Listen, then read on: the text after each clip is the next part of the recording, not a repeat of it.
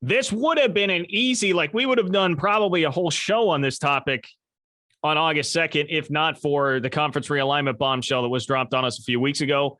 But Jaren Kanak, 4-star recruit from Hayes, wound up committing to Clemson over the weekend.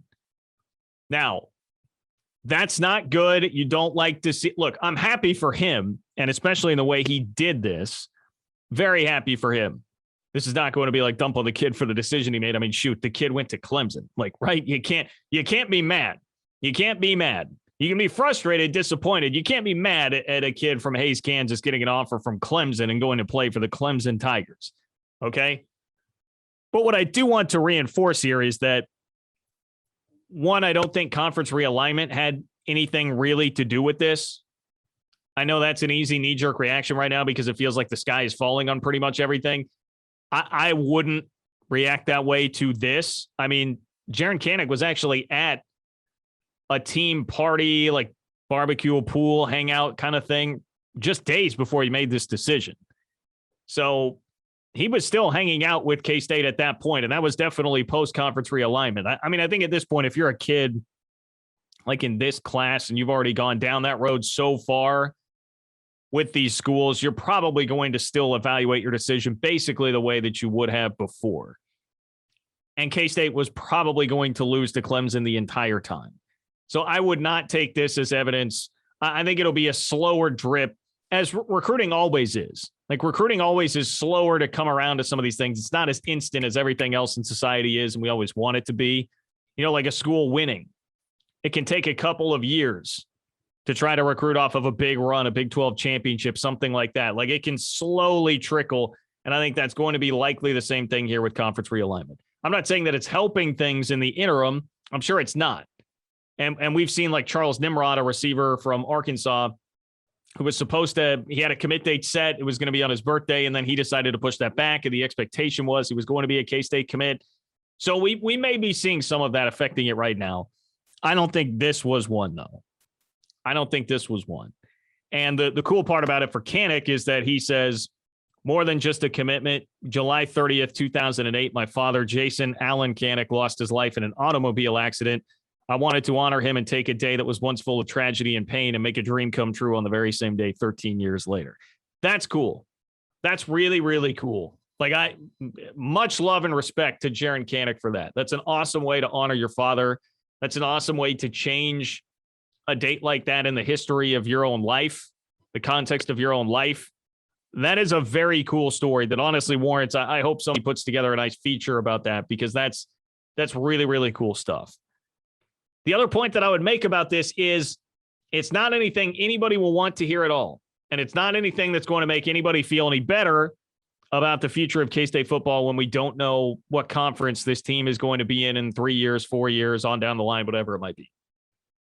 But K-State did a pretty good job recruiting Kanak. He blew up. He could have gone anywhere he wanted. Alabama, Georgia, Clemson, Florida, Michigan. Kanak could have gone anywhere.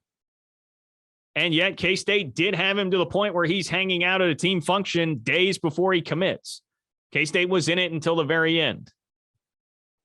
They got him to come take that extra visit where he took the picture on the Wildcat thing outside of the Alumni Center, which was great and hilarious.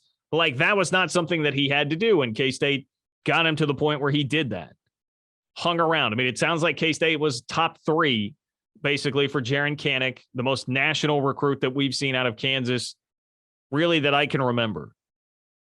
I think we discussed this with Derek the other day. Like, if K-State were to have landed Kanak, it would have been the best recruiting win, the best recruiting coup in K-State history. They've had a couple of JUCO 5-stars before. He was a 4-star, but man, there's a big difference between a JUCO 5-star and a prep 4-star. And just the offer list tells the entire story. Nobody had more options that we've seen recently that K-State's been after than Jaren Kanak. And they did recruit their butts off. They pitched the NIL the best that they could on, hey, stay home, maximize your earning potential by being the local star, the local celebrity, instead of just another guy at Clemson.